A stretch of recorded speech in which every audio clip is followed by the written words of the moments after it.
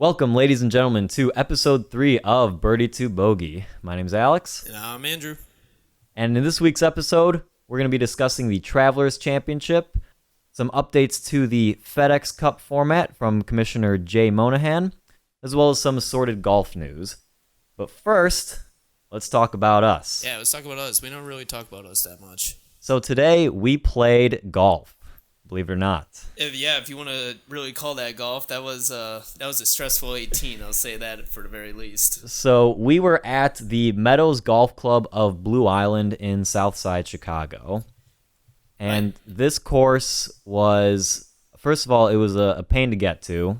Yeah, no, that's the first thing I was going to talk about. Like, I'm always a stickler when it comes to, getting there early, making sure that if we want golf carts, we get golf carts. If someone wants to hit the range, we'll hit the range for a little bit before, just because that's what you do at a golf course. And that all went to shit on our way there. Yeah, we planned it so well with the timing, and then there just had to be a crash on 94. Yeah, no, we were not moved. Like, we probably moved 100 feet in, 15, 20 minutes or something like that. Like, it was really bad.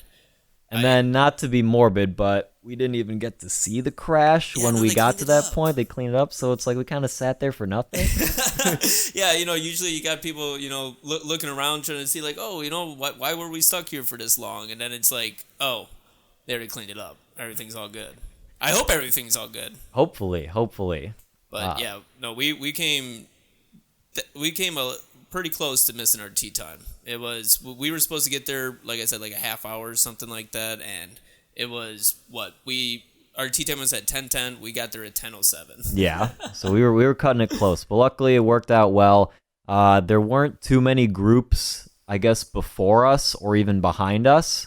Yeah, no, I only saw like one group, and then like we went to the halfway house, and then we never saw anyone after that. So that ended up working out well, but the rest of the day did not end up going so well. No, yeah, I didn't even know I was gonna be playing golf until last night. We had a buddy back out, and I was like, yeah, I'll take that spot. Golfing on Sunday, dude, it's a beautiful day. It worked out well, but yeah, no, I would say he almost got lucky. Yeah, I was gonna say you might be wishing that you didn't take that take him up on that offer. No, especially with my score, I wasn't too happy with that. Yeah, I mean, this course, first of all, it was just confusing. Like, you were teeing off from behind a hill on half of the holes, it felt like. You'd be facing one way on the tee box, and then the fairway's on the other side. And then there's just, like, you can't tell even where the fairway is because some of the rough is cut, like, the same as the fairway. It was just a confusing course. And the map wasn't even accurate either. I'm literally looking at the map right now. I got the scorecard with me, and I just want to kind of go back to that first hole. That first hole is like the theme.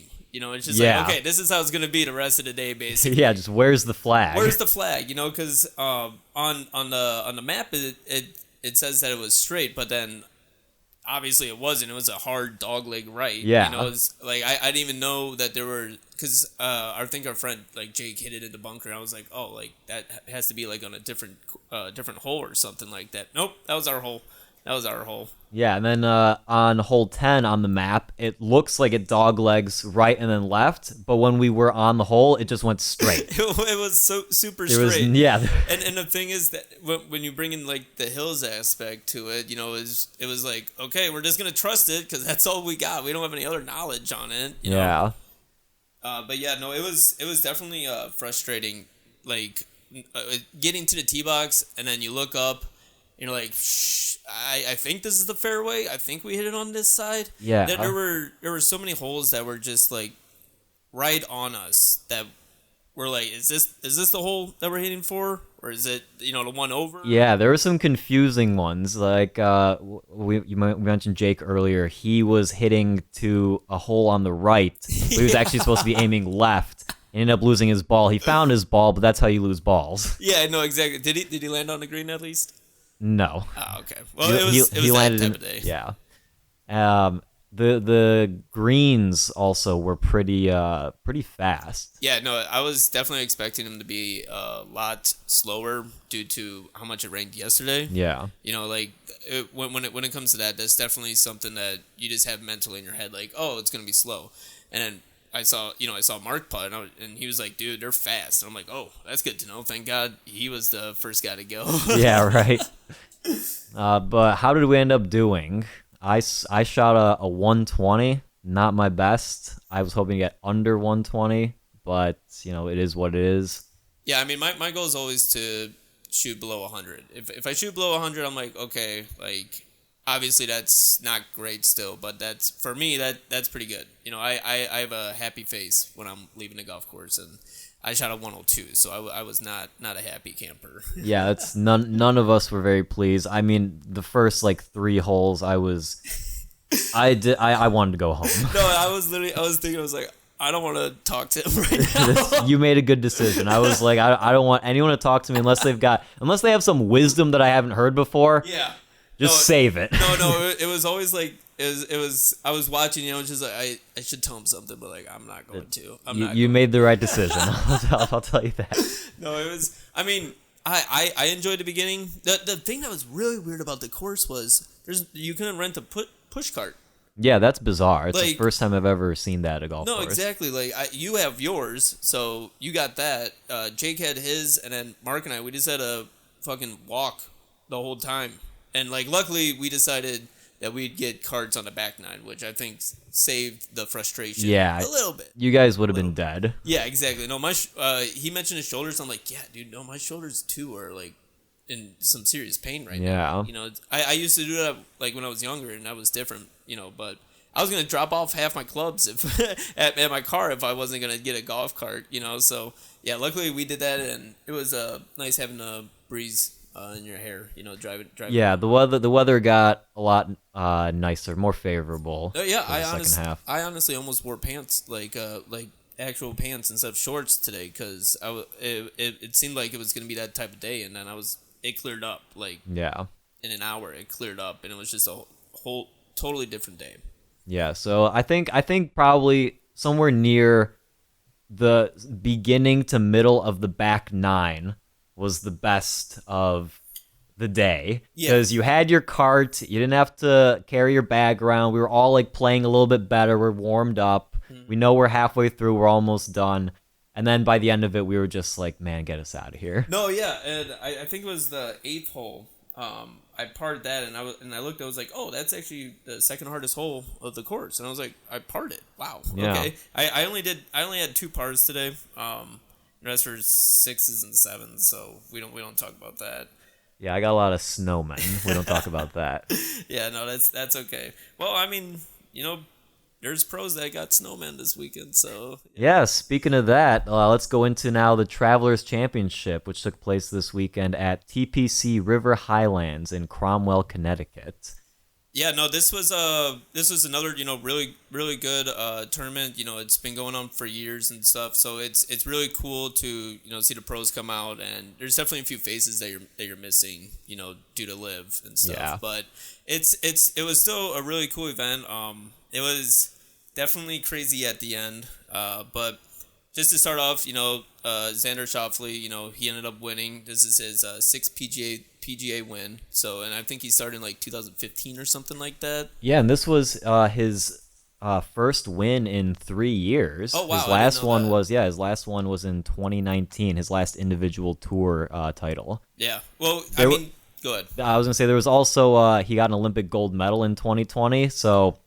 There was something going on in between there, but as far as on the tour, this was his first in 3 years. Yeah. No, I mean, like, he started off hot, too. He shot a 63 the first day, 63 the second, 67, and then 68, today. So, I mean, he was definitely always... He didn't go positive at all, really, the whole round, the whole tournament. So, it was cool to see him, like, he had it this weekend. Some people have it next weekend, some people had it the week before, but this weekend it had to be his, This was his weekend. Yeah, and so Kisner, Kevin Kisner, he also, really stepped up his game, I would say. But let's get into Rory, and I gotta ask you, Gallant, do you want to build a snowman? I know Rory didn't want to build a snowman, and he ended up building one. Yeah, no, that was rough to see. Like, he started off super hot. I think first day he was -8 or something like that. He shot a 62, which, if you shoot a 62 on the first day, you might be able to coast your way through the whole weekend. You're right. End up with a win. But man, did that not happen. So he actually shot a 62 first day, a 70, 72, and then today he shot a 67. So if he would have kept up, kept it up with Xander, he could have definitely be in contention for winning. But yeah, those what was that? Friday and Saturday were just not his days. Yeah, and for those of you that might not be familiar, when we talk about a snowman, we're talking about getting an 8 on a hole. It's you On can a par picture, 4. you can imagine a snowman looks like an 8 looks kind of like a snowman. Yeah, no, exactly. It's definitely not something you want to tell your friend to write down. Exactly. Yeah. Like you don't say 8, you say snowman because it's funny, so it makes it easier, I guess, to admit. But I want to talk about Rory's snowman for just a quick second here, because I thought it was interesting. You showed me the path of his golf shots, and what that I hadn't seen before was provisional. I didn't even know what it was until just right before this. He shot his first shot. It looked like it was going way left, hit the cart path, was probably out of bounds. Yeah. He would have got a 2-stroke penalty for that. So he shot a provisional, which was a second shot, which comes with its own 2-stroke penalty. But you can choose to use the provisional instead of your first shot if you like the lie of the second shot better. So he ended up choosing the second shot, and then it took him 6 shots from that point to get into the hole. And because he chose the provisional, he got +2 added onto that whole score. Hence the 8. Hence the snowman. Yeah, no, I mean when you go, over the green twice, that's just not you just want to finish that hole. Yeah. Right there, that's something that you don't want to see any golfer do that, especially like the lead that he had. Yeah, right. So yeah, no, that was definitely interesting. But Thigala, I didn't hear much news about him, but he was like up in the leaderboard. I'm like, okay, cool. This is someone new that you don't really see up there. And man, it was so close. He had the lead going into the 18th hole, and I don't think you saw the shot, but he was in a fairway bunker, and I think he was just trying to pop it out. So it was just a big old splash of sand, and the ball stayed in the bunker. Oh. Yeah. No, it was his third shot, so he hit it into the sand, and then after the second time, he just kind of chipped it out just to make sure that he cleared the bunker, and he ended up double bogeying. Ooh. Yeah, so he went from a -19 to a -17, and it's now tied for second place. Wow. Yeah, no, he had family come out and everything. I felt so bad. That's rough. Yeah. The announcers when they were talking about the shot, they were looking for the shot. They were actually like, oh, where did it go? Where did it go? But the view that I had, the camera view that I had, I literally saw the ball just pop right back down into the bunker, and like he was almost looking for it. He's like, because he got that whole splash, of sand, so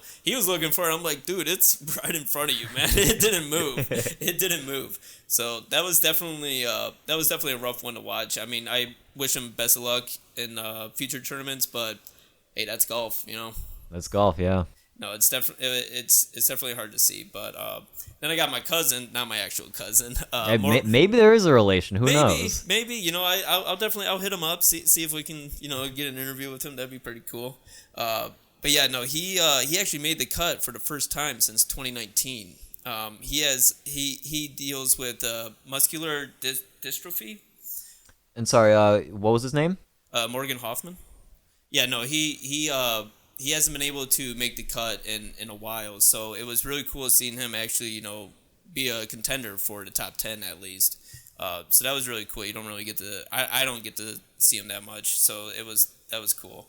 But the amateur, I don't know if you saw his score at the end. I mean, -12 on Saturday, and then he had an eagle putt, I want to say, on Saturday. He's played there before. I'm talking about Michael Thorbjorsen. I had to practice that name a few times. But I mean, a 20-year-old to be up there in the lead, it was definitely, it's inspiring for him for sure. Yeah, it's really exciting to see. Yeah, he's like, he can play with the big boys now. So no, it was super cool to watch that. He had 109 putts through 72 holes. So that was definitely a lot of one putts, which will I absolutely help your score when it comes to that. Yeah, for sure. I mean, like they say, driving's for show, but putting's for dough. Puttings for dough. Yep, all the time, all the time. But yeah, no, it was really interesting because right before I saw Thigala make that mistake and get that double bogey, they set a stat where it was since 1984, 71% of the travel championship have ended in either playoff or single stroke. Oh. Yeah, so I mean, this is the whatever percentage of that. It didn't happen this time. Yeah. It just came right to the very end. So that was super cool. That is pretty cool. And then as far as tournaments go, next weekend, we've got the John Deere Classic taking place at TPC Deere Run in Illinois. Davenport, I've always wanted to play there. It's way too expensive for me to play there. I think it's like 120 something around. Gotta get better at golf too before you play there. Yeah, no, I don't want anyone thinking, just hanging out, just watching us trying to get through a par 5 that the pros play. That doesn't sound like fun. But I've heard it described as the Augusta of Illinois. High praise. Yeah, high praise. I mean, you got the yellow flag, so maybe that might be a little bit in it. But it's it's definitely a dream of mine to play there. I would love to go watch a tournament there. Maybe next year or something like that. That'd be really cool. So Lucas Glover, he won it last year. See what if he can repeat. That'd be really cool to see. Yeah, so we'll see how that works out next weekend. Moving on from that, we've got some updates to the FedEx Cup format from PGA Commissioner Jay Monahan. So the changes to the FedEx Cup, they're going to go to a calendar-based season instead of this current rollover style season that they have, where it's going to run from January to August, the regular season, where they have the FedEx Cup standings where players will compete, earn points, get their name on the leaderboard. And then after August, you're going to have your typical playoff events, the FedEx St. Jude Championship, the BMW Championship, and the Tour Championship. But they're cutting down the field for 2 of those 3 tournaments. So currently, for the FedEx St. Jude Championship, they take the top 125 players from that leaderboard. The BMW Championship, they take the top 70. Starting next year, for the St. Jude, they're only going to take the top 70. So about a little over half of what they're currently taking for the FedEx Cup for St. Jude Championship. And then they're only going to take 50 for the BMW as opposed to 70. So 20 less players. Tour Championship's still going to be 30, but they're cutting down the size of the field. I'm guessing probably to compete with Live a little bit. Hey, I mean that's what we said in the first podcast. That was definitely like, hey, Live is doing this. People seem to like it. They gotta compete with it. Yeah, so it's going to be definitely a lot more competitive for the players because, especially for that first tournament, you're cutting out like almost half of the total player pool that used to be. Yeah. So it's going to be more competitive for the players, smaller fields, so there's less players to watch. And then those players that do compete, they're going to probably get paid out more because there's not as many people to split the purse with. Yeah, no, I mean, you can tell that the PGA is definitely responding to Live because they have to. Yeah. They have to. And they're even responding by adding 3 additional international no-cut limited field events. Let me say that again. International, no-cut, limited field. Wow. Sounds like Live. Yeah, it sounds a lot like Live. I mean, I keep repeating myself here, but that's what we were saying, They're going to take, so with those international events, they're going to take the top 50 from the final FedEx Cup standings, as well as, quote, the best performers from the fall. So whoever plays well, they're going to compete, and they'll probably whoever's more exciting that year, whoever the fans like, they'll probably give them an invite to come play in these international events. Yeah, I hope so. I hope that, PGA and Live were going to be able to work things out, because that would just be better for golf in general, in my opinion, at least. Yeah. And now the big thing, the big change that's probably the biggest direct competition with Live is they've increased the prize pools for 8 events. All of these events are, 7 of these events have a purse of $20 million, and the Players Championship has a purse of $25 million. Previously, most of these events were anywhere from 8 to 15 million.